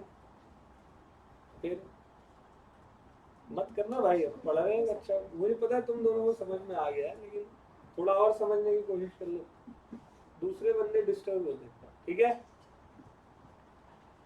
अच्छा ये सिर्फ रिक्वेस्ट है, ऐसा कुछ कोई धमकी धमकी नहीं है, क्योंकि मैं रिक्वेस्ट के बाद मारता हूँ बस, बीच में कुछ नहीं करता हूँ, ठीक है। तो आइंदा से बोलना मत, तो चेंज इन कॉस्ट मजाक करो, ठीक है जोक कर रहा हूँ, कुछ नहीं, मत बात करो, अच्छा नहीं लगता, क्योंकि हमारे पास ना वो टाइम अब 11-12 वाला नहीं है, क्लास में बात बात करते थे, थोड़ा बहुत करते हैं, वो भी मैं करूँगा, आप नहीं करोगे, ठीक है, तुम नहीं, तुम्हें मौका नहीं मिलने वाला है। चेंज इन कॉस्ट हमारा हो रहा है हाई चेंज हो रहा है या लेस चेंज हो रहा है, मतलब एक बार बताओ, जो मशीनरी 1 लाख रुपए की थी वो 1,02,000 रुपए की हो गई, तो मेरे को ज्यादा फर्क, मतलब लेस इलास्टिक में बोल सकता हूँ इस पे, लेस इलास्टिक मतलब मैं जितनी प्राइस बढ़ रहा था सप्लाई भी बढ़ जाएगी उतनी, कोई टेंशन नहीं होगी। लेकिन वो 1 लाख वाली चीज थी, अब ये लैपटॉप है, ये 1 लाख रुपए का है, अब ये 1 लाख रुपए 10,000 का हो जाए, 1,10,000 का, मेरे को ज्यादा फर्क, मेरा ये खराब हो जाएगा तो मैं दूसरा ले आऊंगा, फिर मान लो मैं लेने गया और पता चला ये लैपटॉप 4 लाख का हो गया, तो मैंने कहा ब्लेड है ऑपरेशन वाली, कहता है, मैं कहा ले निकाल, ऐसे तो नहीं है मेरे पास कुछ भी तो मैं उसकी डिमांड नहीं, सप्लाई नहीं करूंगा, क्योंकि मेरे को मशीन ही महंगी मिल रही है, तो मैं उस मशीन की सप्लाई नहीं करूंगा, प्रोडक्शन भी नहीं करूंगा, सप्लाई, फिर मेरा इफेक्ट पड़ेगा या नहीं, कितना पड़ेगा इफेक्ट, हाईली इलास्टिक। अब जो फैक्टर ऑफ प्रोडक्शन मुझे महंगा पड़ रहा है तो मेरी सप्लाई पे बाधा डाल रहा है, तो मेरी सप्लाई पे भी तो इफेक्ट पड़ेगा, तो बहुत ज्यादा पड़ेगा, पहला ओके। चलो दूसरा, टाइम पीरियड, क्या ये तो एक तो लॉन्ग है और एक शॉर्ट है, जरा बताओ,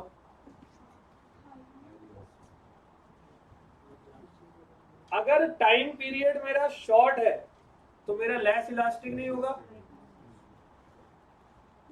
और अगर लॉन्ग है तो कैसे,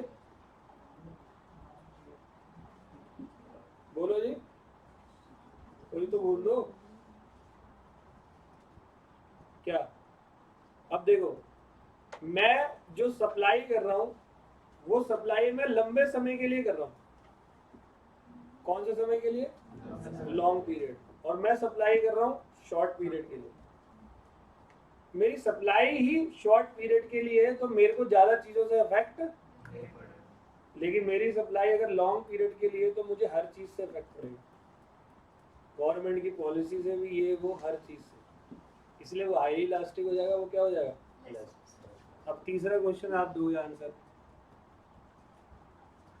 नंबर ऑफ प्रोड्यूसर मार्केट में ज्यादा है,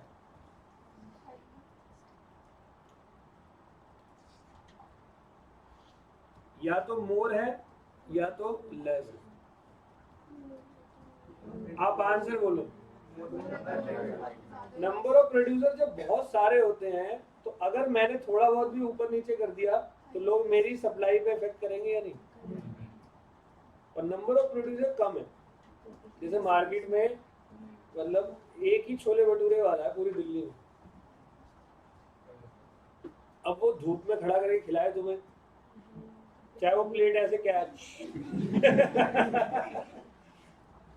है, कई लोग ऐसे भी करते हैं, तो गाजर का अचार तुमने मांगा, तुमने कहा, उसने कहा, मुंह खोल, यही स्टाइल है हमारे, छोड़ के नहीं जाता मैं तो जब कम होते हैं तो सप्लायर को इफेक्ट, इसको क्या बोलते हैं, इन इलास्टिक, उसको इफेक्ट ही नहीं पड़ता, लेकिन अगर ज्यादा है तो,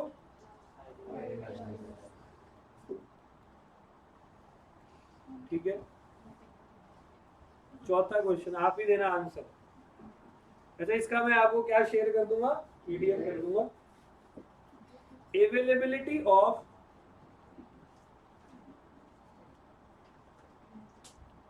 रॉ मटेरियल,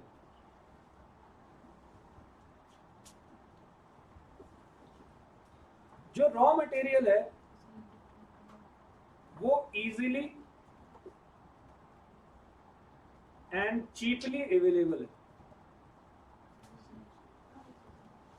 ठीक है, मतलब बहुत ही आराम से मुझे रॉ मटेरियल मिल जाता है।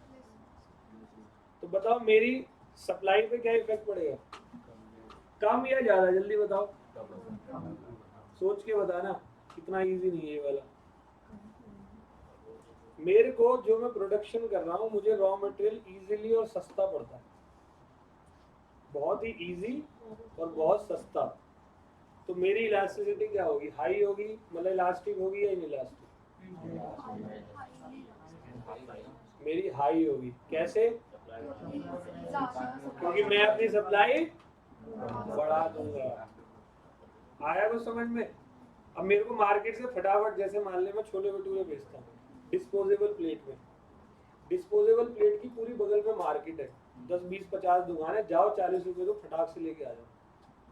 कस्टमर ज्यादा आ गए, खिला दूंगा उनको, कम पड़ेगी और प्लेट ले आऊंगा। तो ये हाईली इलास्टिक होगी। ऑल वेल, लिखो हाईली इलास्टिक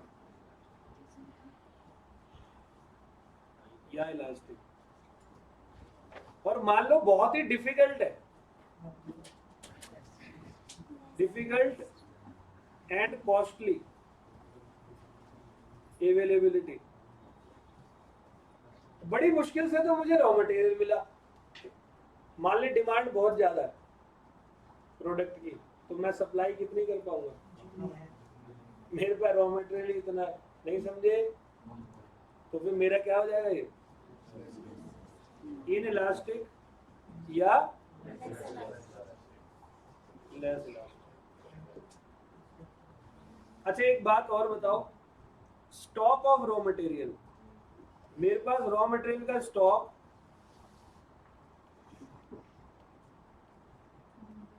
हाई स्टॉक है, बहुत स्टॉक है मेरे पास,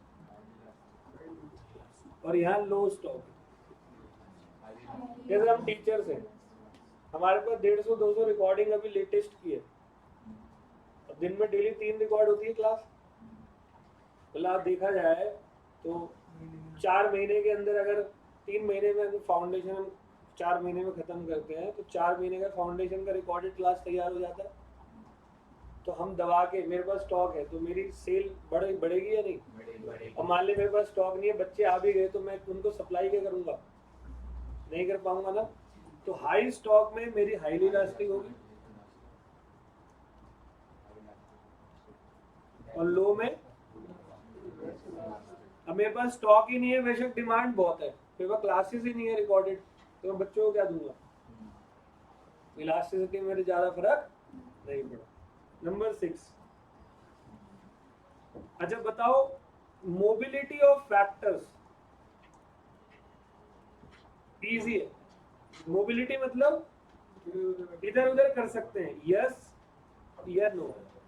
अगर फैक्टर मोबाइल कर सकते हैं इधर से उधर, तो हाईली इलास्टिक, मतलब कि मैं अगर यहाँ काम नहीं चल रहा, इस फैक्टर को वहां ले जाऊंगा, वहां काम कर लूंगा, सप्लाई नहीं रुकेगी मेरी, हाईली इलास्टिक। और नो है तो